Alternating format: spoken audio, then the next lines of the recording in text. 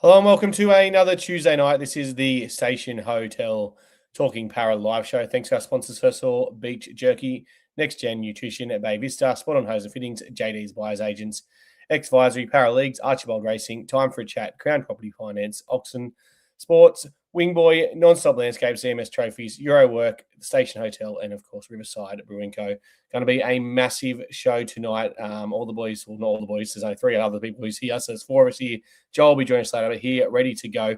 Before we get into it, don't forget we are auctioning off this jersey as well. 2026 signed Parramatta Eels jersey. I'll post the link in the comments. It's got 12 minutes to go. So currently at $450. So if you fancy a signed jersey for a pretty decent price, you'll be able to get on and have a bid on that and see if you win. We'll close the bidding at 8:30 and announce the winner.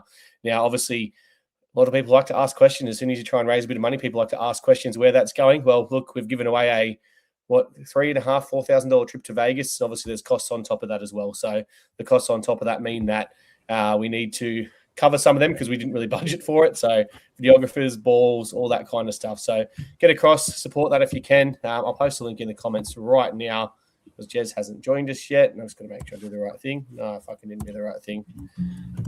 There we go. There's the link, so that should come up now. Get across and do that. Look, a bit more announcement before we get into what that was, that game. We did pick out all our winners for the kick their way to Vegas happening on the 30th of August. Haven't heard from everyone yet. There's about 50 people there. Only heard from about 25, 26, so your odds are good of actually kicking away there and winning, especially if Jack decides to fly down and kick for you because he reckons he's fucking prime Hassan Mazari the way he's been talking. So Elite. Elite. Elite. Best of the best, they call me. Yeah, the best of the best in the Sunshine Coast is what I've been told. So, yeah, get across. Obviously, if your name's on that list, message us and organise that. Final two things to announce before we get in the game. Our Vegas jerseys, I'm really happy with these. They look fucking sick. So they are blue and gold, more of a navy blue. Obviously, with the Vegas there in the background, it is a gold colour scheme there. So thanks to Oxen for designing that. $100 now. $100 for that jersey, NRL quality jersey. So NRL quality jerseys usually go for $160. So obviously we've decided to get as many of these out as we can, not try and maximize the profits like NRL clubs do, which are entitled to do, but people will pay that. So here's an NRL quality jersey. Looks sick. If you want to do that, message the page and we can organize that. And the final one to announce is if you're into horse racing, on the 23rd of August, obviously we know our horse is hopefully going to be named Fui Fui Nene. We've still got some shares left in that. So doing an open day, come out, obviously meet the horse, meet the trainers, bring the kids, get around the horses, coffees and nibblies there as well. So I'll be there. I'm hoping Troy will be there. I haven't really spoken to anyone yet about it because the year's just gone so fast, but we'll try and get there and be able to meet some of the boys as well. So great day. That's fucking it. Yeah, a bit of public service announcements to get through at the start of the podcast. So welcome everyone that's joined us, boys. I want to start, first of all, I'm not even going to introduce you and ask KSR because it's taken me a while to come down from Sunday.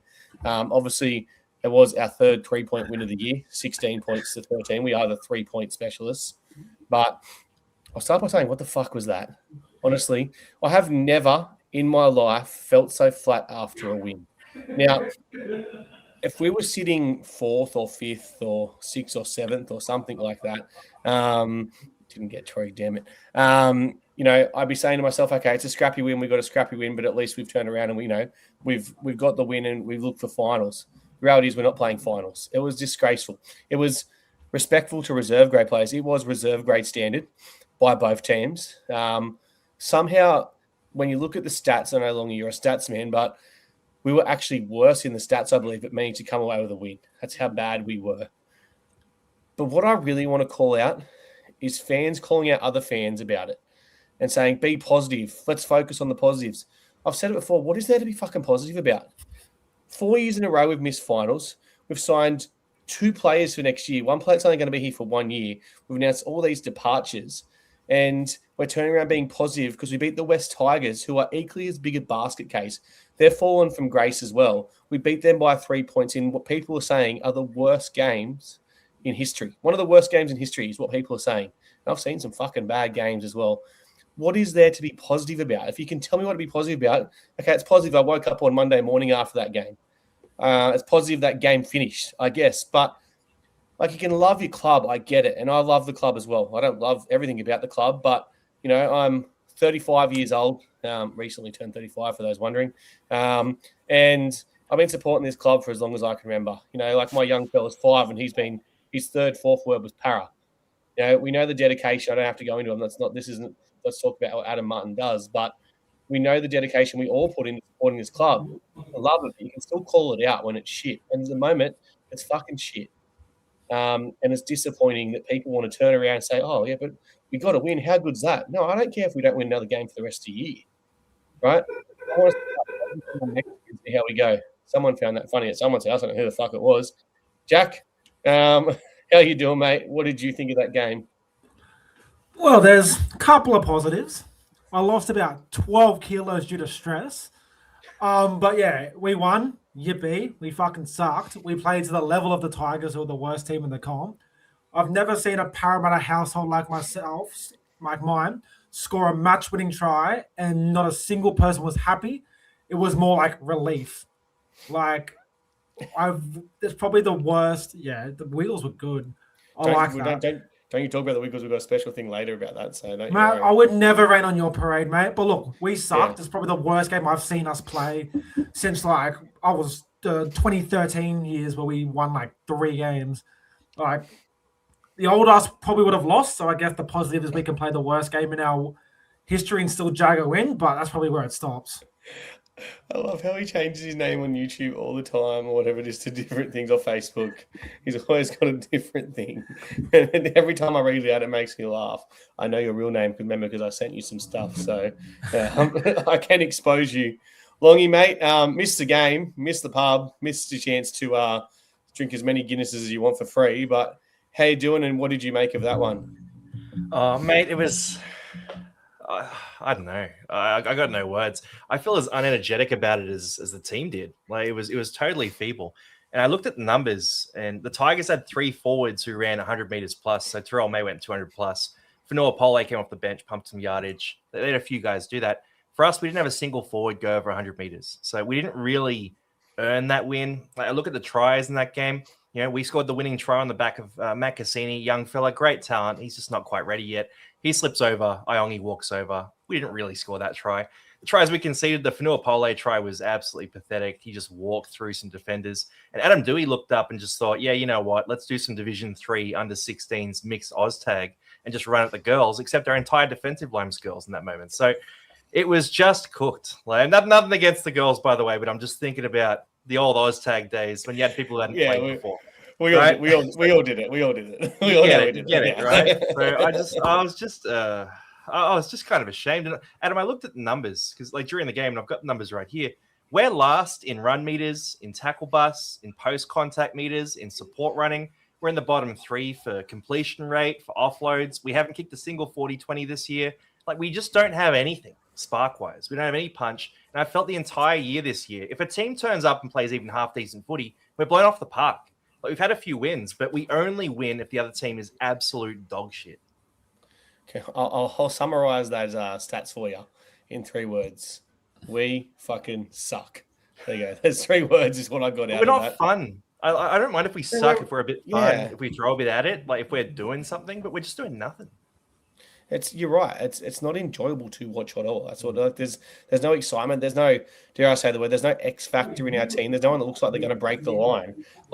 We broke the line. Sam Rani was the only one that really broke the line, wasn't he? Fox did as well. We ran around him a couple of times. We managed to butcher them. And an intercept where Volkman throws the ball at Fox's ankles, yet somehow keeps his spot this week after other errors and defense. What defense? Troy, Beardface, mate, you had a great time. You drove to the game, even though I put on 3 beers for you, which very mature decision from you. I see you're turning. I see. By the time we get to Vegas, you'll just be on the waters. What did you make of the game, and how was your Sunday afternoon at Combank Stadium? Probably the pre-game entertainment was probably better than the actual game, to be honest. I'm talking about being at the Station Hotel. That was absolute crap game. Absolute one of the worst games ever. As Longy said, those 2 tries that the Tigers scored, well, they were both from about 20, 25 metres out and got through about 5 defenders, whether they were defending, but I don't know. But very, very lucky to get that win.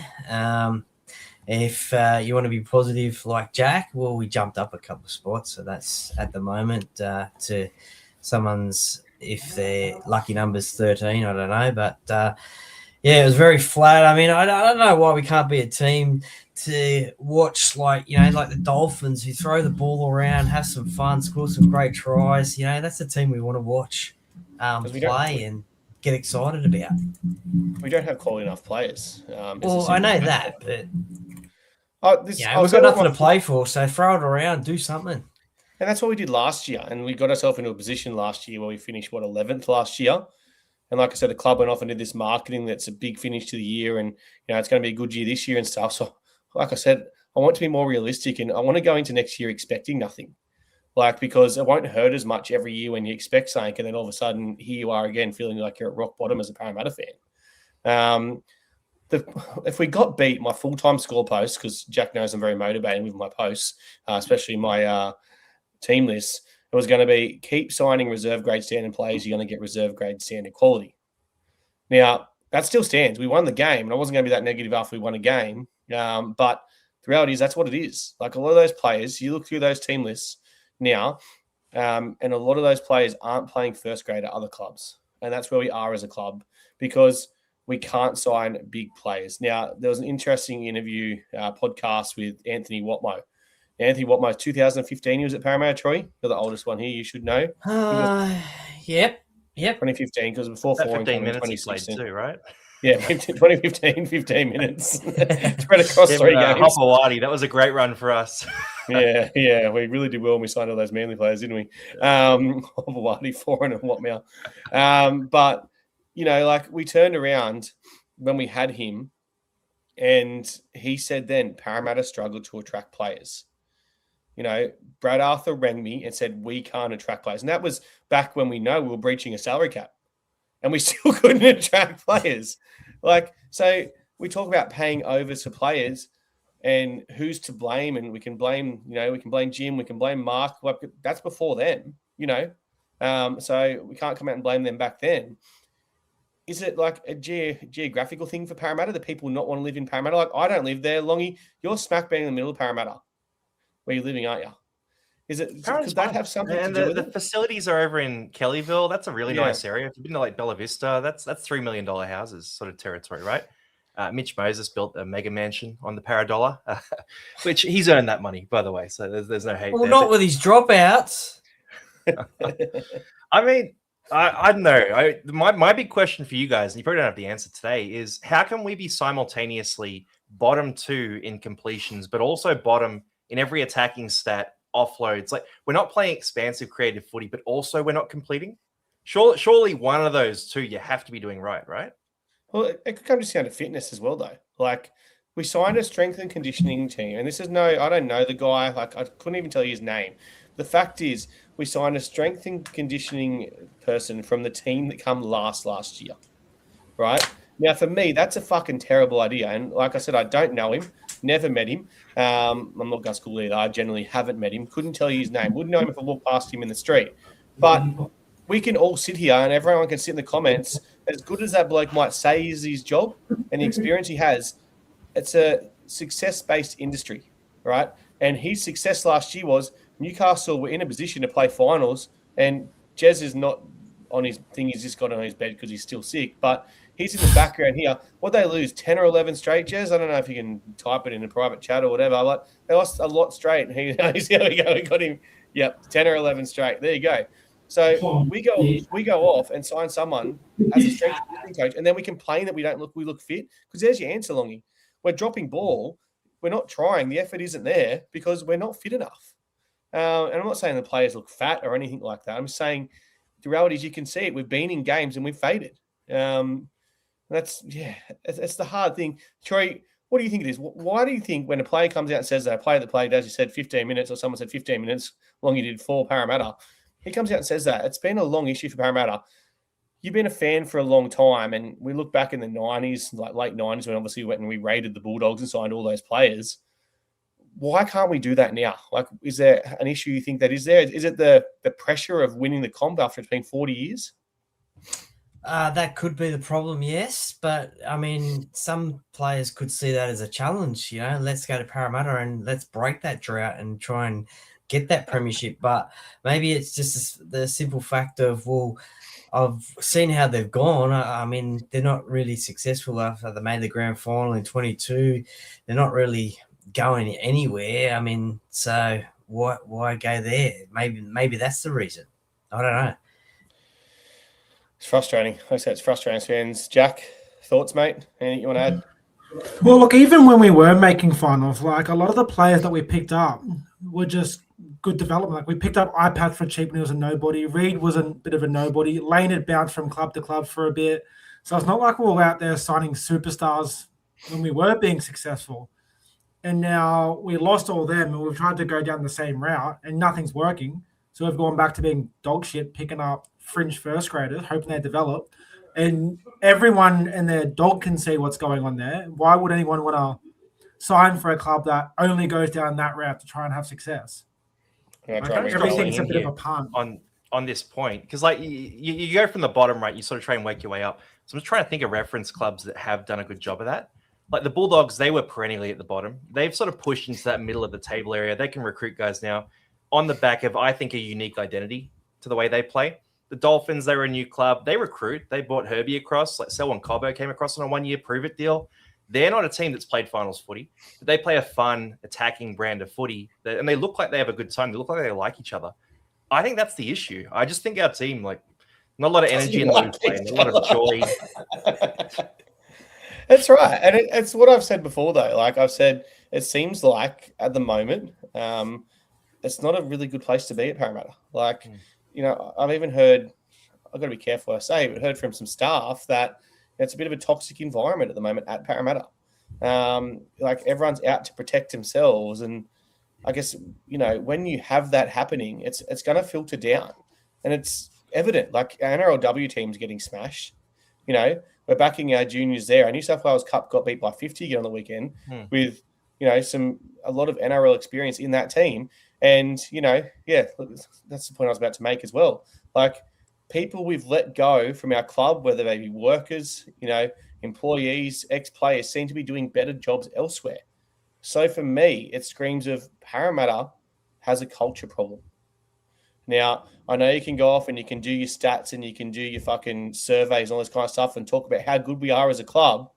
But like I said, results-based industry, the results aren't there. And it's evident for everyone to see. Joel, mate, you've come in halfway through this. What's your thoughts? Yeah, OTC's here in the house, so it's all good, guys. Acknowledge me. Thank you for those in the comments that are already doing so. Thanks, Troy, but it's just to the one finger, mate, not five. Thanks, mate. But I guess we're talking about how shit we are. That was good from him. That was good from him. I teed it up for him to just smash down, so well done on picking that up. Guess we're talking about how shit we are, which is fantastic to come in on that. So, where are we at? What are we talking about? We're talking about, to catch you up, you had your headphones on for half of it, Anthony Watmouth's comments on the Fanatics podcast that Parramatta have struggled to sign players for years. No one wants to come, and a bit of a culture problem at the club with everything being a little bit toxic. Well, that's no surprise to any of us, is it? And we get bagged for it almost weekly in the public eye because we're apparently haters and not true fans. Well, we're literally saying now what people in behind the four walls have been in and been about. We've tried to tell people this. We've seen it with our own eyes, and hopefully now it takes an ex-player to say it or a media personality to say it for some of these fans to start listening. Like the club at the moment is a joke. Like on the weekend, that performance was a joke. Like it's just we're not signing anyone. Like it literally at the moment, next year looks worse than this year. Like, and that we already know how bad this year's been. It looks worse next year, and that's saying something. And it just feels like the clubs like I just don't get. I know we're going back into this. I get it, but how the club management and the people in charge now can sit through what they've sat through the last 2 months or so, and the backlash, and he heard all the noise and majority of it true. And they're still sitting there in power. Like, well, how do we expect anything to change when these guys are still just sitting there, asses glued to the seats and not going anywhere? Like, literally stand up tomorrow and piss off. Just go. Like, if you generally love the club, which they claim to say, and they've told us all when we were sitting there in SJ and stuff, and they love Parramatta and they're all about Parramatta now, they used to support clubs, blah, blah, blah, do the right thing then and put the club first and go. You're out of your depth massively. See you later. It's just a little valid point here from Andrew who said, send that what clip to the club, mate. I can guarantee they've seen it. They know exactly what I told the Minister Larch Church confession I did. They know everything that happened, so they have seen that. But I agree, Joel, and I've said that so many times, and we're going on it so much. I want to talk about this comment before we go into obviously some awards and focus on some other stuff. But Jason Riles' comment, it hit a little bit. You can play NRL or you can be an NRL player, and it kind of sums up some attitude of some of our players. The problem I have with this is him continuing to pick players that don't look like they want to be there, don't look like they want to play for this club anymore. And we've seen that before. We saw that at the end of Brad Arthur's era. Brad Arthur was still picking Madison, still picking Sean Lane. And I think looking back on things as well with Brad Arthur, it's a whole nother can of worms, but we know he's made a scapegoat for the bigger issue that Joel just mentioned. But that was his final undoing, was sticking loyal to those blokes. And I think it's a massive reason why Ryan Madison's attitude completely changed after he was gone. Because he actually had to work hard for it again. But looking at that and those comments, he set a really bad standard by coming out and saying that.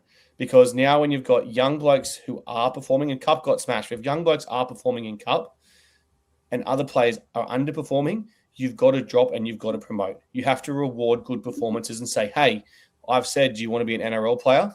Now you have to come be an NRL player. Come and prove it to me. Is that what you want to see now, Longy? Because we've been saying it for so long. I mean, if we have players to run it with 100%, I don't really understand why we're giving, like Jack DeBellin, great career, great player for a long time. He's not part of the future and he's not really moving the needle right now. Why is he there? Right. And I assume we have some guys in reserve grade we can bring in, but you guys are across, like Troy, you're across Rezzies more than I am. Is there anyone beating the door down? Maybe someone called Riley Smith who could play hooker or someone else in that kind of mold? Yeah, I think he's a good young up and coming prospect actually, and should probably get a crack. But wouldn't mind that. I mean, yeah, no, it wouldn't hurt to give him a go. I mean, yeah, give him a crack. It's an interesting one. I just don't really understand what's going on behind the closed doors, Adam. It's a bit depressing, actually. It's just frustrating, and we've been screaming it down for so long, but yet we're still picking blokes that I'll highlight now. And we're going to get this later, and it's an opinion of, I think, of what is happening. Our recruitment is that poor, and we can't recruit players. The players that we've told you're free to go next year who haven't signed contracts from elsewhere, I'm thinking that we're now seeing what they can offer, because the reality is we can't sign anyone else. And I'm talking about your Kelma Talungis. I'm talking about your Ronald Volkmans. They still haven't signed elsewhere. They've rejected Parramatta's offers, but we might have to come in and pay over some of those players because we can't recruit other players. Now, with only 24 players, on the books, we don't want to end up in a situation we ended up in, I guess, 2012, 2013, whatever it was, when we end up with, Paul Fadawieras and all those guys back then that couldn't get a run anywhere else. But we had to sign them because we told all these players they're free to go. I think it was Ricky Stewart that told him it's free to go, wasn't it? No, it must have been, yeah. I know Ricky Stewart told players free to go. I can't remember if that's year we got them all, but it's been a lot happening in life since then. But, I think that's what's happening in this situation, because that's the only thing I can think makes sense. Like, you look at someone like Ronald Volkman, right? And Volkman had his good moments at the start of the year. He's been told he's free to go. I'll say respectfully, he was fucking useless on the weekend. He was a reserve grade standard player, like I mentioned. Defensively, he was running up. I'm going to have to action. He was doing these ones. Wasn't even attempting to wrap an arm because he couldn't make contact with anyone, right? And attack, he made a mistake. He threw a ball at Josh Adokar's ankles. And every single time he went to the line, he played the short ball with stuff opening up out the back. There was numerous times where there was a 3-on-2 or a 3-on-1, and he played the short ball to his second round. People could say, they were setting it up for that last try of the game. The last try of the game wouldn't fucking matter if he went out the back. We would have scored multiple tries. I actually felt really sorry for Isaiah Ongi, because the amount of times he could have actually done something with the ball and he didn't get the chance, and he made some other errors because he got frustrated as well. So much we could talk about. I just want to bring that up there. We'll go to some awards and we'll get on to some other stuff. But look, Semrani cleaned up, got the player of the match from us. Also got the fan voter, which I hadn't done. took out the 3 points in the 3-2-1 that Longy did. 3 to Semrani, 2 to Iongi, and 1 to Team Come Brown. He copping a Pislin over Brown. Everyone wanted some other people, but that's okay. You did it. Bro, you Brown, no. If you watch the game properly, like he's a young prop. He's coming in. He's played a few games. He was by far our leader in terms of post-contact meters. Like, I'm not saying he was the best player on the field, but in terms of performing where we're at, he played very well for a young prop coming into our team. Yeah, that's fair. I'm okay with it as well. I never disagree with you, Longy. I got you back. So, yeah. But anyone who does, get him on the show. We'll debate. It goes to the leaderboard. Josh still at the top, even though he hasn't played first grade for about 5 or 6 weeks. Besides that, off the bench against the Roosters. Ongi moves to 11 points. Jack Williams 11 points. Volkman 9. Semrani moves into the top 5 there with 8 points. So shaping up to be an interesting finish with Iongi and Jack Williams coming fast there for Joash, who can't seem to get a run. Kelman Talongi obviously picked up that injury. Rib cartilage, named to play off the bench this week. He'll be tough if he plays. I'm not saying he's not tough, but he left the field with that injury. So I guess you can make up what you want in your mind on that one. I severely doubt he plays. We'll definitely see a late change there, or he might just sit on the bench to look pretty for that weekend. He has got luscious hair. I'll give him that much. I do rate his hair. Highlight of the match for everyone that was there. I know you boys have mentioned it, but it was our beach jerky moment of the week, which was the Wiggles performance. Now, the Wiggles were fantastic. We absolutely enjoyed it, mate. My 5-year-old child sitting in front of me saying, I don't like the Wiggles anymore. I'm too old for the Wiggles. As soon as the adults and the teenagers started singing and dancing around him, all of a sudden he was into the Wiggles, which brings us to our fun segment of the night. Now, I'm going to start with you, Troy. All right? Now, you have to go first. I want you to sing the lyrics or talk the lyrics of the next 10 seconds of this song.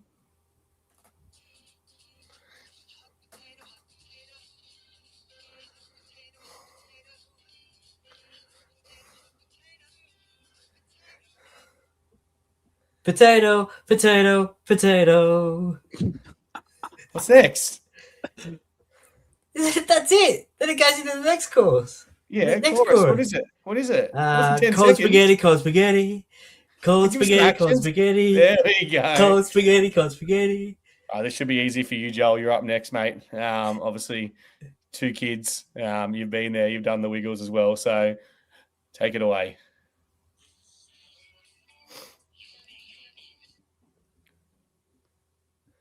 Was it? Am I the only one that's like really soft for, or what? I'm not hearing anything either. I'm hearing nothing. You're not hearing it. Oh, this has been an epic fail. It's like it's coming to as loud as day for me. Hang on, let me play with some sound. Well, Troy heard it too, so that's weird as. Yeah. All right, ready?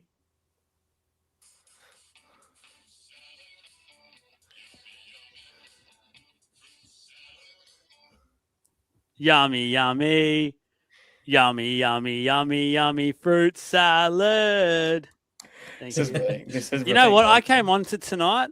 You're really in a shit mood, and you've managed to put a smile on my face. Well yeah, done. you're feeling good. You're feeling. I thought we. Why can't people can't hear it? This is like I don't know why it's not working. I've got the. I was keen to rip and tear, and you're really starting to take my vibe away. I know, but hang on. We're going to have a bit of fun every now and then. I'm just going to turn volumes up and see if that works. So, all right, Longy, if you can hear this, mate. I'm not hearing anything. Oh, something maybe. Nah, I'm not hearing anything. It's going to be copyrighted. Your video will be taken down after this. I'm trying to play less than 10 seconds. All right. Choo, choo, chugga, chugga, big red car. Oh, yeah. Choo, choo, chugga, chugga, big red car. He doesn't know it. He doesn't know the rest. We'll travel near and we'll travel far. Yeah. He knows it. All right, Jack.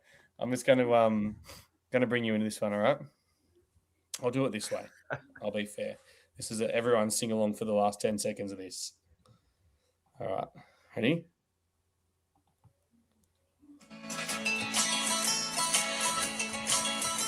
Oh, that's better.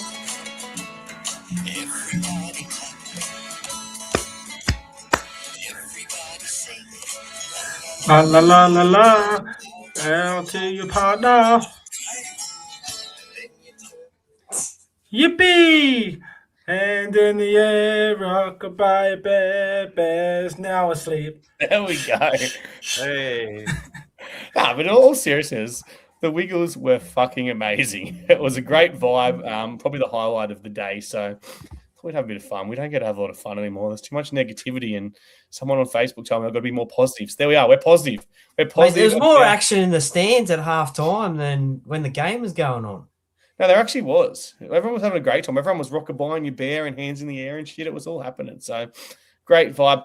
All right. That's pretty much a wrap up from that week. Let's get to some news. We'll go to the NRLW as well, first of all. So went down 32 points to 12 to the Newcastle Knights. Seemed to be in it at 12-6 with about 20 minutes to go, but the Knights showed their class. Look, obviously, no secret, we're all at the game, or the majority of us are at the game or watching the NRL. Terrible scheduling by the NRL. To put them kicking off at 3:15 and the Parramatta Eels game on at 4 o'clock in the men's is just dumb. Watching a bit of it in our phone, but something better has to happen there. I know there's not, time slots and all this kind of stuff. I know there was a big thing at Wagga and the NRLW, but surely they could have changed one game around so Parramatta fans could have enjoyed that one in the pub before they went to the game, because the internet is not great in the stadium either way. So, unfortunately, the girls obviously 0-5 for the year so far. Oh, there we go. Speaking of Guy, there he is, Mr. Be Positive. Don't worry, be happy, Guy. The NRLW, it doesn't get much easier for them this week. They're off to play the Roosters at Gosford. $26. The Roosters are $1.01. I have never seen that in my life. No but way. If you are going to have a punt, gamble responsibly, but 26-1 is worth a little bit of temptation, eh? Adam, can I throw something at you stat-wise here? It's been nearly 2 years since the Roosters or the Broncos NRLW side have lost a game not to each other. Like, the imbalance of that competition in favor of the Roosters and the Broncos third parties. I have no idea how they've managed to screw it up so badly, like running it, setting that up. It's just cooked. It's because they've given all power to the two strong ones. I honestly haven't watched a single second of the NRLW this year, and normally every year I watch more games than I don't. I'm just over it. They've completely stuffed that competition. They've grown too quickly. It's just, it's a joke. The problem is that, like you said, there's no salary cap, or whatever there is with a salary cap with no full-time player stuff. You can hire players to work at your club or get them a job to do what you want and essentially pay them what you want. I know the Parramatta Eels were talking about looking into that, and they've done that with 2 or 3 players, but clearly the Roosters and the Broncos are doing that with everyone, and obviously have full-time staff as well. So, like you said, it's a given. We know the Roosters are playing the Broncos in the grand final, so I don't blame people for not being interested, and it's no disrespect to women's sport. I know people are going to try and swing that and all that kind of crap, but the reality is it's a full-blown conclusion. I think if the NRL was that far ahead as well, because it's starting to get interesting now, like if we knew that Penrith were definitely going to play the Roosters in the grand final, which they're not, Penrith are choking and not making the grand final, it's Roosters versus Sharks, then, I think that we'd probably lose interest as well. And that's what it's like, because it's unfair. Anyway, let's move on. Back when we were in the grand final, by the way, I think we all got into it like pretty hard then, and even after that, I've been to some live games, that kind of thing too. It's a good vibe. It's it's sort of an earlier stage, so it's a bit more free flowing at times, but you just can't get invested in the competition because it's not fair. No, you're right. You're right. It's not fair at all. Let's get some quick news before we go into this week's game. Get some questions as well. So, look, I'm going to break this one right now. Rumor floating around that Nathan Brown will be departing at season's end. Being told this by multiple people. No media manager from Parramatta. No players have contacted me. Tim Tarantino's no players have contacted me. Tell me this. So don't host a meeting tomorrow. But been told that he's going. For me, it makes sense. Like I said from the start, when Jason Riles first came in as a coach, he needed mentors. Now he needs assistant coaches that are going to help him be a better coach. Right move for you, Troy, to move on Nathan Brown if he is departing at the end of the year? Yeah, well, it's been 2 years now, hasn't it, that he's been the assistant, and look, we've done what we've done in the last 2 years. So, yeah. Yep, fair. Joel, thoughts? Yeah, obviously it is probably the right move. I just hope he's not used as a scapegoat. There's obviously a lot more changes that need to happen. We've seen it now with BA. They've used him for about 3 years now, and everything was BA's fault. I hope not everything next year is put onto Brown when there's a head coach who makes final decision. There's management that makes final decisions on signings and things like that. So there's only so much he can do, and he was asked to come back to the club after leaving originally. So the club has to put their hands up for that one as well. Fair. Jack, who replaces Nathan Brown? Anyone you can think of? Don't even know. Let's just put us 5. We'll all become one and take turns giving it a crack because it can't get any worse than it is already. Look, obviously I don't really know the ins and outs, but from everything I've heard, it hasn't really worked. Him being assistant coach to Jason Riles, whether Jason Riles is too passive or Brown tries to take over too much. So look, if it works and Jason Riles can make something of it, then go for goal. But like, I wouldn't be surprised if we're in the same position this time next year. It's an interesting shout there. Sorry, not that one. It is an interesting shout as well, but from Guy. Guy's contributed something good, so fuck, I can't get it up now. I've got to go back up. Bit of a problem for you. Yeah, I think you can get a pill for that. Kiri. Yeah, if Pilot's watching, they can fix my hair at the same Bellamy time. So we brought some good juniors through thanks to Brown's pathways. Look, yeah, obviously he did do that review of the pathways, so I've touched on that before. I wouldn't say he fixed the pathways. I think the club did an excellent job of fixing the pathways, but the reality of that now is we're not seeing the results based on that. So, yes, they can come through. They can come through like Ethan Sanders and Blaze Talangi and leave. But, you know, we haven't seen any results from it. Yet we've seen a lot better. I'll admit it's a lot better. Like our junior pathways are set up so much better now. That's not the job he's doing now, though. That's the job he did last time. And then we brought him back to I wouldn't say to rub our ego that we fix things up, but we brought him back for a reason. What do you think, Longy, Jason Riles needs in an assistant coach? This isn't about a person, but what do you think he needs? Because the reality is I've backed Jason Riles. Next year's his 3rd year. 4th year is a club option, right? He's under pressure. So he's not going to want to bring an assistant coach in that's a chance to take his job. What do you think? So Jason Riles is a very consistent sort of professional operator, right? He's come from the Storm. I feel like he preaches fundamentals. So when you look at an offensive coordinator, he needs someone who brings ideas and brings spark and brings outside of the box, sort of risky, kind of pushing the rules kind of plays. Because I look at us this year and there hasn't been one time where I've gone, oh, wow, that's a smart play. Or, oh, wow, that's a smart way to abuse the new rules, right? So we're not really thinking about things. You know, we're not setting up. Like we haven't kicked a 40-20. And we have Mitch Moses on $1.5 million a year. I just feel like we're not really thinking about these things. So if you can get someone who can come in with not just ideas at the start, but they're watching the rules, they're watching the game, and they're looking for cheap ways to exploit the rules, like the way the Storm do, like the way the Panthers do. That's what he needs out of an offensive coordinator, I think. Offensive coordinator. That was so NFL from you. It was unbelievable. I'm thinking NFL right now, if I'm being honest. Yeah, we should be more like the NFL, right? Like if we got an attacking coach, we'll call it that instead, they need to be thinking like an offensive coordinator and running that side of the ball. Yeah, no, it's right. We need to. Jason Taylor's obviously received a lot in the comments. Jared Haynes been spoken as well.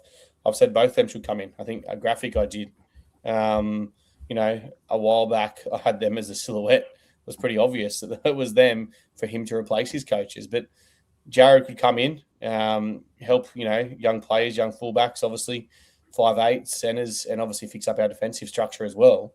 Do 2 roles there and our attack. And Jason Taylor, as a half, is going to take our halves to the next level. Our young promising halves we have coming through as well, or the ones we signed for 1 year, or whatever's going to happen there in 2028. So, you know, either way, he's got a role he can do. I don't know if there's bad blood with the club with Jason Taylor. I know he was very close to getting the job when Brad Arthur was, but we're talking 12 years ago there. And Brad Arthur obviously did a wonderful job, I guess, fixing and saving Parramatta in a way. Didn't get us a comp, but I kind of miss BA at the moment. I'm not going to lie. Like, I was frustrated at the end of his, you know, coaching career here at Parramatta. I'm obviously a Leeds fan. I'm seeing the success he's having over there, and I really miss the BA days. I miss playing finals footy. Like, it's a bit of a sad time. Let's go to the other news that coming out. I got quite a few people messaging me about this. Apparently, Ryan Madison has decided that he is officially retiring from the NRL, even though it seems like he hasn't been seen for quite a while. I copped a bit of shit off some fans, usual. Club lovers, that's fine. As I said, I love the club as well, just different ways than you. I don't put my tongue up their ass every day.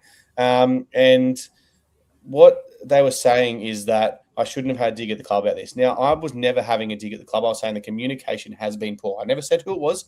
You jumped to the club. But the reality is we haven't heard a thing about this, right?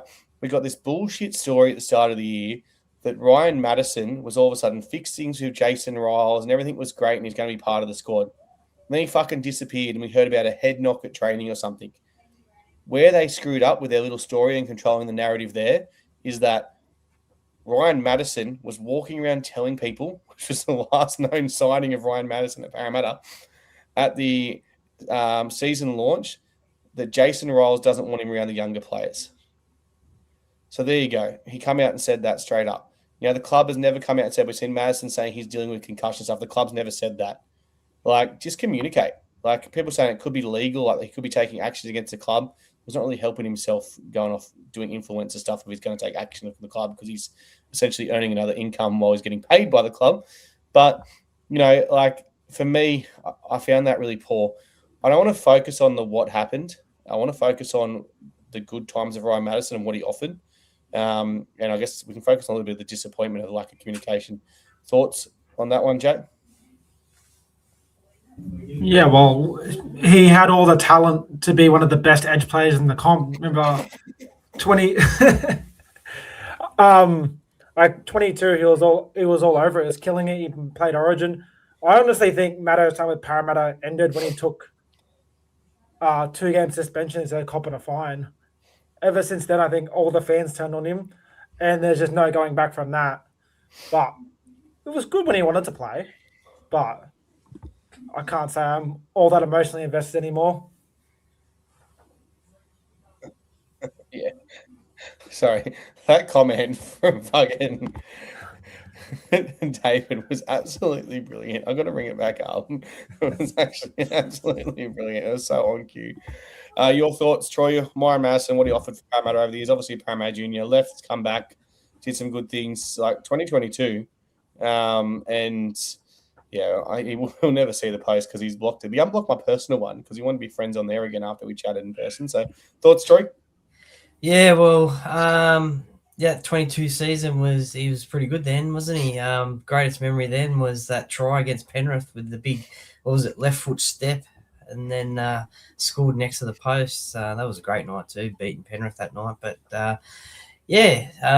all the best, Matto.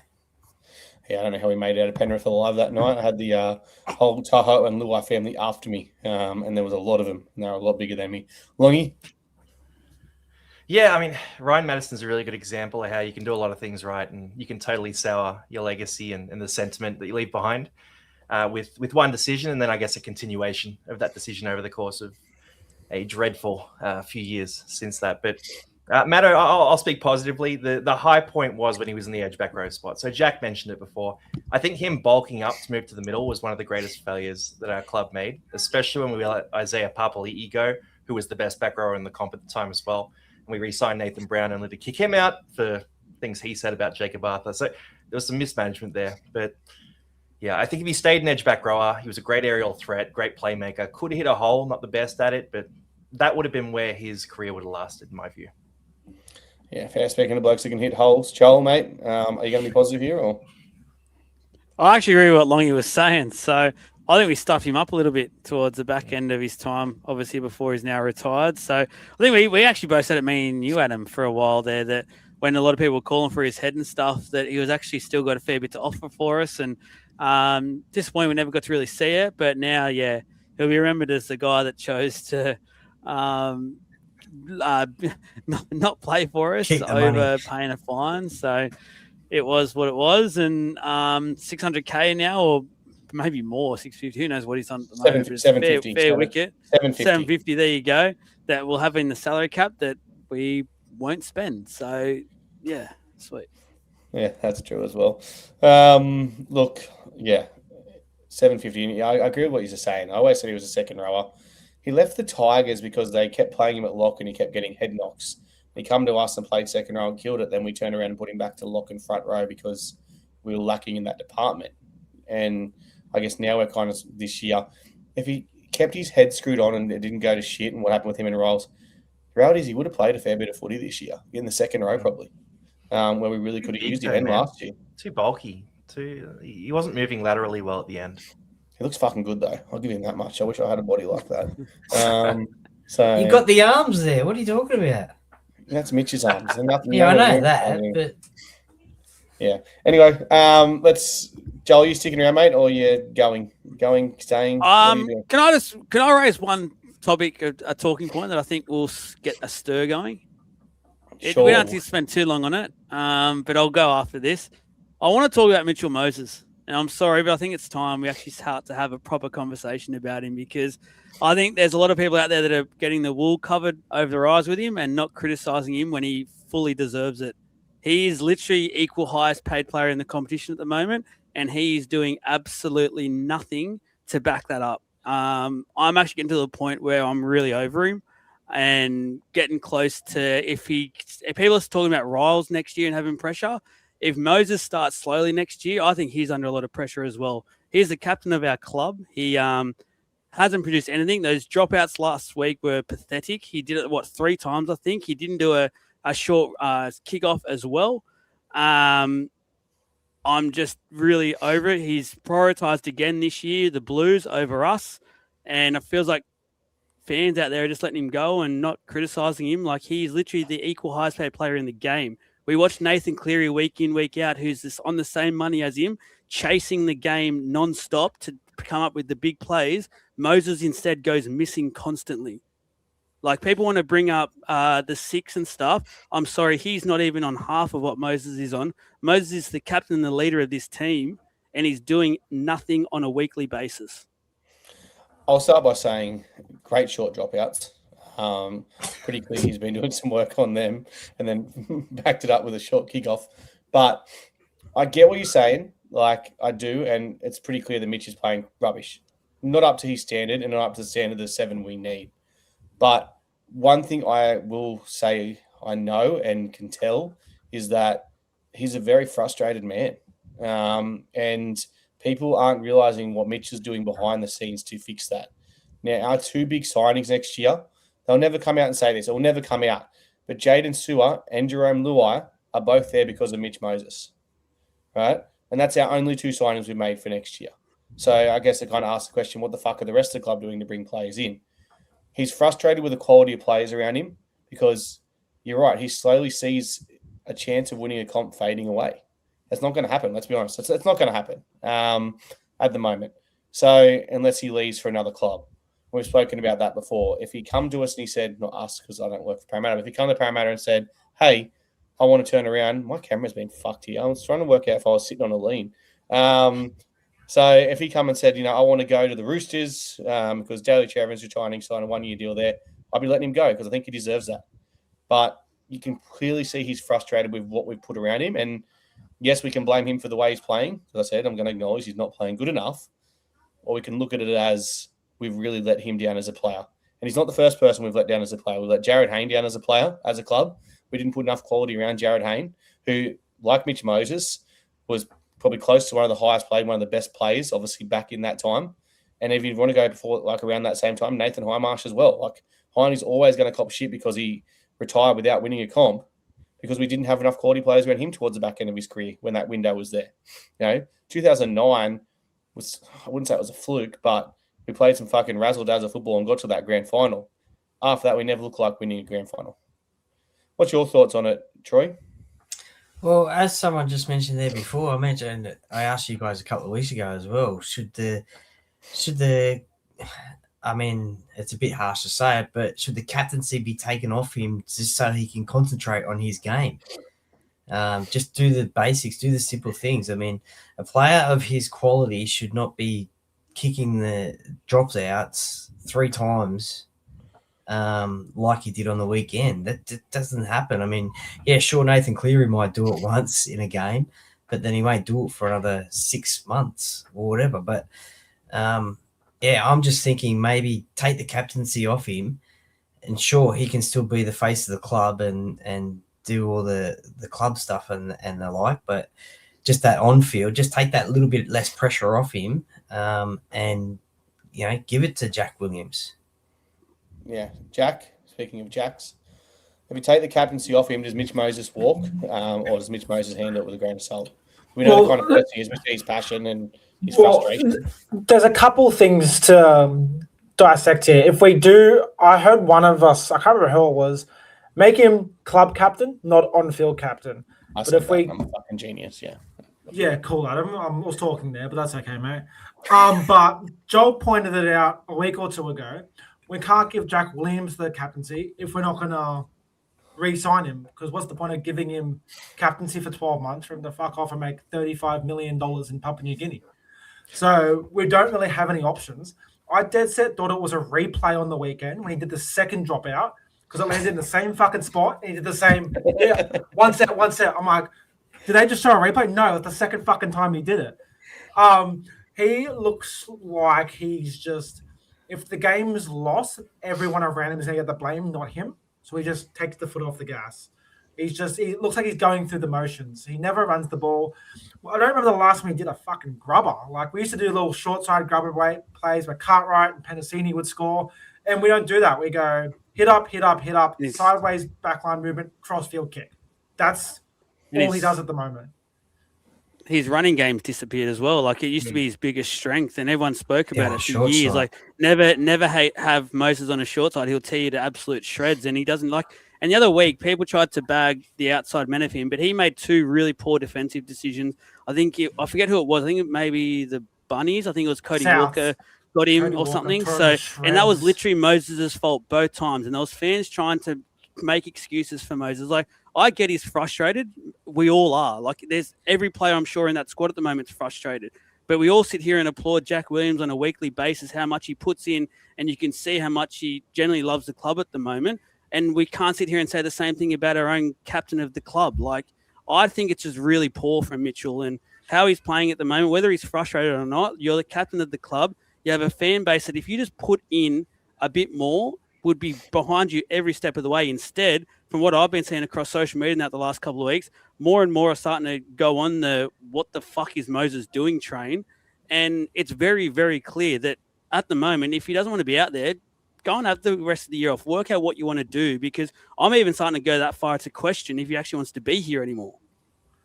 Well, I've obviously asked those questions as well and thought that as well. And like I said, I'm not going to question if he loves the club, but like I said, one frustration is going to lead to another, and the easiest way to do is to get away from it. You can try all you can to fix it. If you can't fix it, I guess the easy thing to do is leave. Longy, mate, thoughts? Yeah, Joel talked about the fans pulling wool over their eyes, so I'm going to answer this one as a fan. I mean, is that wool? That's a sweatband. Yeah, I didn't have any wool here. But for Moses, I mean, the issue with this conversation is it's so emotionally charged. So the way I'm trying to think about it is, if you had Ronald Volkman in Moses in Volkman's body, right? And Ronald Volkman had the year that Moses had, would we be saying, let's re-sign Volkman? Let alone, let's make Volkman our captain? And the answer is a resounding no. Like, the form alone is trash. It's Kyle Flanagan level stats. It's been absolute rubbish this year. But every year prior to that, for a bloody decade, has been fantastic. So I feel like he's earned a bit of grace here, but I can't disagree with the fact that this year has been rubbish. It's been absolute rubbish. And I'm going to be judging him pretty heavily on the first month of next year. If it's this again, I think he might be washed. I think we need to work out how to build around Mitch as the current player, not Mitch as the previous player. Because everyone's saying Mitch did those short side plays. Mitch, that, his running game was so good. I saw Mitch as more of a 5'8" than a half. It was only I started seeing him as a 7 when Andrew Johns came in and got his game control better, which was around that COVID, 2019, 2020, which obviously is when we reached our peak as a football club. Now what he's at, and I've said this before, I put a video about it as well, is he's a controlling half, but he doesn't have a 5'8" capable of breaking a game open. So we're expecting him to break the game open, but he can't do it anymore. And the person next to him isn't. So Parramatta's next move, which they should be doing right now, should we have a 5'8" next to him that can break that game. I think that's why they've signed Luai. They're looking at what Luai did with Cleary, and Luai was the explosive, Cleary kind of set the structure, Cleary being a lot younger back then as well. And Luai could just, make those breaks and set up stuff. So let's see what happens. Obviously, looking at that next year from that, but what they do the year after is anyone's guess at the moment. And what they're doing now is really fucking confusing. We'll get to that game, obviously. Joel, thank you. I think you're going. You're staying. I'm going out of He's here. going Thanks, fucking boys. out of here. We'll go back to the awesome foursome. We just foursome ever, but we'll go with it. So this week's game is NRL Indigenous round. So obviously Indigenous round for the next 2 weeks, rounds 23 and 24. Eels playing away to South Sydney, and then obviously at home to the North Queensland Cowboys ones. I think they're the same two teams we played last year, which is really random that the AI draw worked that way. But it is, yes, Saturday night it all kicks off. Eels versus the South Sydney Rabbitohs there at Allianz Stadium, 8th of August, Saturday, 7:30 kickoff. Now, if you are going to the game, it's at Allianz, not a core. Don't fuck up. I've had a couple of people messaging me asking me the best place to sit at a core. If you're sitting at a core on Saturday night, you'll be very fucking lonely, and you might have some trouble getting through the gates. Team list for this week. The back seven is exactly the same. I'll be honest, I would have been dropping Volkman after last week and playing Joe Ash there, but that's my opinion. Sam Tuivasa and Luca Moretti starting the front row. Luca back from that second concussion, Cat 1 concussion, a bit earlier than I expect him to be back, to be honest, but I like that. That's the two I'd have starting next year. I'd have Luca there, a big and a little front rower. Not that Luca's little, but he's little than Sam Tuivasa. Talon keeps his spot at 9. Jack Williams finally named on the edge, which we're all excited about. Kidiona Katoga, the Kit Kat man there in the second row, and Jack DeBellin keeps his spot at lock, which, as I stated on earlier, I think is to try and see how he goes in case we do have to sign him next year. Pryke returns at 14, Junior Paul at 15, Teen Cumbria at 16, Kelman Talangi at 17, Josh Repelehi at 18, and Desire Funa Auda comes onto the 19-man bench. Expected debut is the rumour floating around, which means that Kelman Talangi will be laid out with that rib injury. He'll come in there, and I'm guessing that Riley Smith comes onto the extended bench as well, with the fact that Harrison Hedwoods has been dropped to give us another option there at hooker. So fancy what they want in that regard. Get to see a young, promising forward debut off the bench if everything goes to plan. In Josiah, who can play second row and middle, and Riley Smith back there, hopefully getting some game time off the bench. As stated, there it is. Like I said, not confirmed. It's just a rumor floating around. There's a big chance he will debut. So, is that his manager next to him? It's just someone who has supported this kid since he was in SG ball. Okay. And went and watched his New South Wales Cup debut that day, and is probably a chance if he is going to play, we'll probably go down and watch his first grade game, even though he's told his missus he won't go to the game. She's probably watching at the moment. She watches the podcast now because she's up feeding babies. So, yes. Look, obviously excited for that. Kid deserves it. Everyone knows he's a promising young star. Was the SG ball captain a couple of years ago. So hopefully he does get a chance to prove himself. Your thoughts on the team, Longy, mate? Any changes you'd make? It's kind of a little bit what we've been asking for in a way, but I still think I would have had Harrison Edwards there over Jack DeBellin. You? Yeah, I'm fine enough with the team. I don't know if Joe Ash is fully fit. I'd probably give him a go at 6 because he's going to be here next year. That's the one change I'd make. But I think a big thing we want to carry into this game is obviously there's a conversation about the club and senior players, and we can be a bit harsh in that conversation. But when we're talking about juniors and young guys, so I mean, Talon De Silva is still pretty early, but Tuivasa is really early. Tinkum Brown's really early, and if Josiah debuts, he's very early as well.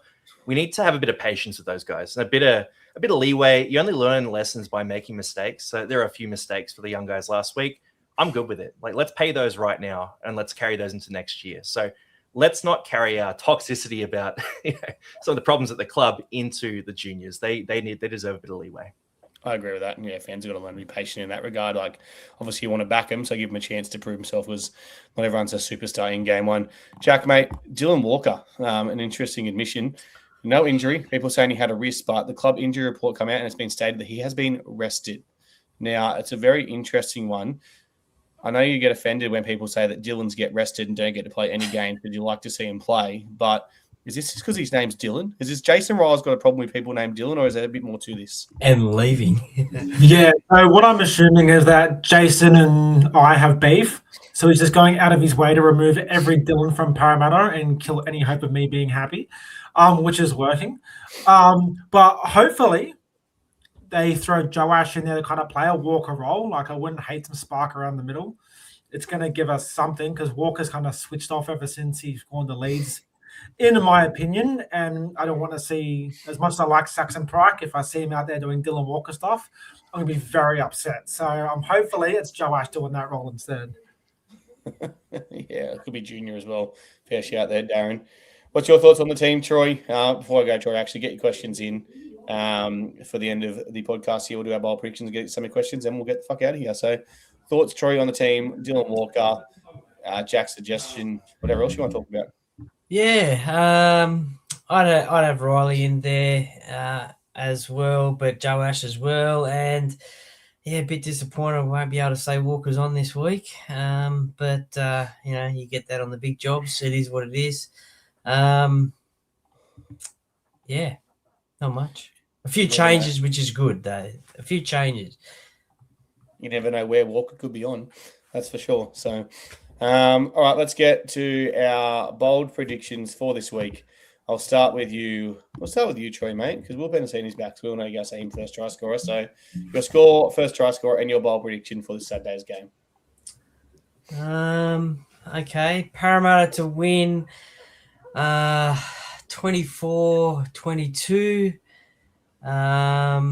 Jordan Samrani, first try this time, not like last week. I like what he said on Fox, what Fox said to him. Oh, next time, brah. When he didn't pass him the ball.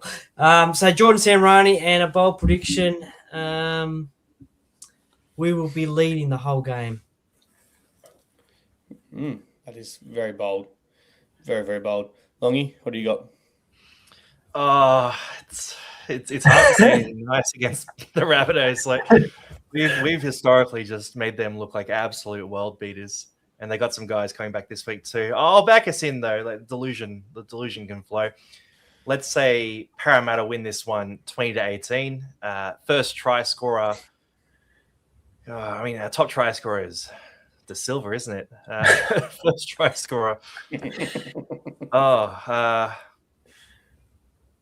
I think Will Penasini he's due one, so I'll go Will Penasini first try scorer. I am confident in my bold prediction, though. I think Riley Smith comes on and has at least one try assist in the last 20 minutes. Take that. Jack, what do you got? I'm with Longy. It's tough. Rabbitohs become the best team of all time, and it's Indigenous round, which they just go up another level. But fuck it, we beat them a couple of years ago this time, around this time of the year. So let's say we win 20-14. My first try scorer, I'm going to go my man BK. Now, does that bold prediction have to be related to the game? What do you got? My bold prediction is while Jack's on this cruise, he converts a 10 out of 10 to become a Parramatta fan. And as we win the game, he pulls her in and seals it with a kiss. How are we going to get proof of that? Yeah, what video is that? I'm with the boys. I'll get them to film it. Okay, there you go. All right. That's Done. probably the most unrealistic bold prediction of the year, but we'll take it. Mate, trust. Get rid of the beer, get the starch going. It's going to work. Trust. I've been starving myself for this moment. 30 days and 30 nights. Anyway. All right. Look, I want to predict the Parramatta win, but I can't do it. I don't think we're going to get smashed. People think we're going to get smashed. I know. Hey, every time I've tipped against this year, we've won. So there's a bit of something in there. I'm going to say that we lose this game 22-18. We score the first try, though. And the first try scorer, you stole my first try scorer. I was going to say Brian Kelly as well. I'm going to go Luca Moretti scores the first try. And my bold prediction is for Parramatta to be scoring a point a minute for the first 10 minutes. So Parramatta will be up 10-0 in the first 10 minutes just to make that easier for Jez to write down. And then we still lose. We still lose, yeah. We still lose. Yeah, sick. I love my club. Yeah, I love my club too. All right, let's get to some of these quick questions. Obviously, we answered why is Dylan Walker being rested. We've got no fucking idea. Obviously, he's tired. I've heard rumours, which I wouldn't state last week, about why he's left the club, and I'm not going to state them publicly. Someone said him in the comments last week. I don't know if that's got anything to do with it. Maybe I got him dropped. Maybe me coming out and saying, I know why he's going. They're going, oh, shit, it's going to get out. This talking parrot prick's going to fucking leak it, as he does. And, yeah. Oh, yeah, cool. Sorry, I had to get to his message. So, Rob sent me a message. Now, Rob obviously won our prize. Rob Macca won our prize to the Vegas, the raffle. And now he's won a chance to kick in the kicking comp. Now, Rob doesn't want to kick in the kicking comp because he's already won a prize. And he wanted to know if all the crew were going on the, thing. Everyone's going, aren't they? We've all got plans to go. Longy, yep, Jack's obviously there. So, obviously, our good friend Matt Tate, who is originally, part of the podcast, was at the game. He's been in the comments again, comes and does whether he is commenting right now.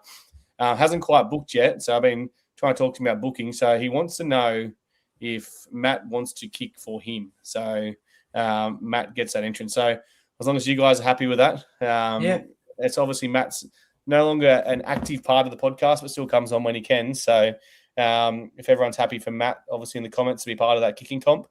Now, I will state that Matt is an excellent goal kicker. No, I've got no idea if Matt can kick at all, to be honest. He can kick, yeah. There's video proof of it on Combank Stadium.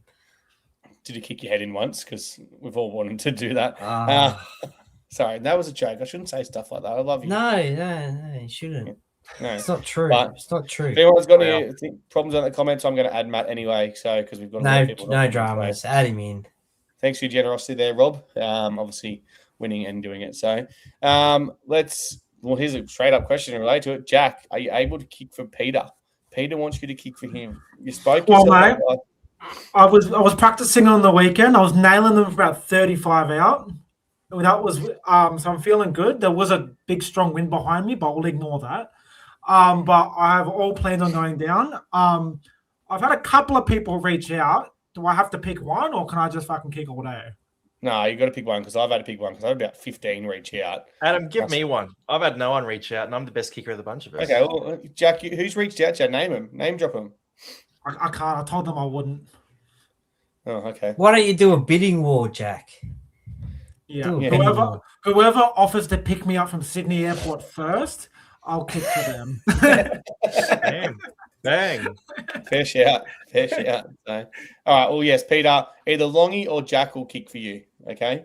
And Longy's getting supplied with some nice Oxen boots of mine as well. That I've got a size too big, so I've got myself some new ones as well. So, more questions. Is Talon an 80-minute hooker? He looked gassed after 60 last week, and Edgewood had to come on. No backup that issue. Well, we think Riley's going to come in. We all see what you see, Ben. No, he's not an 80-minute hooker. I still think he's a bench hooker, to be honest. I have no problem with him starting. I just want that split. I like where my hookers are split. Like one does 40, the other one does 40. It's perfect, man. The way we do it with Brad Drew, PJ Marsh, 30, 50. 09, Kingston. Yeah, off the bench. Kingston and Keating. Yeah, I love it. So, what's happening with Junior Paul? Obviously, we spoke about last week. Haven't heard anything else. Probably renegotiating with the club. Perth is still pretty confident they're going to get him. We're interested in Leota. It's funny how we weren't interested in him, but now we're interested in him again, and we're interested in Spencer Lanu again as well. We're interested in whoever the fuck we can get. The reality is we can't get anyone. I've been told that both those guys are going to PNG. Apparently, we're desperately waiting for November 1st to talk to Matt Burton. Who is doing that with their microphone or something? No? Might have been me. My bad. I knocked it. I thought I was muted. Yeah, no, it's definitely you. I suggest shut him up. We're desperately waiting for November 1st to talk to Matt Burton and try and sign him, but he's already told people he's going to Perth. So, it's an interesting one. I think we're going to be interested in rumor with every single player that becomes available. I don't think there's any other questions. That's pretty much it. So, we'll let you go. Everyone heading out on Saturday night, obviously have a great time and back home against the Cowboys. So, until then, we will see you next Tuesday.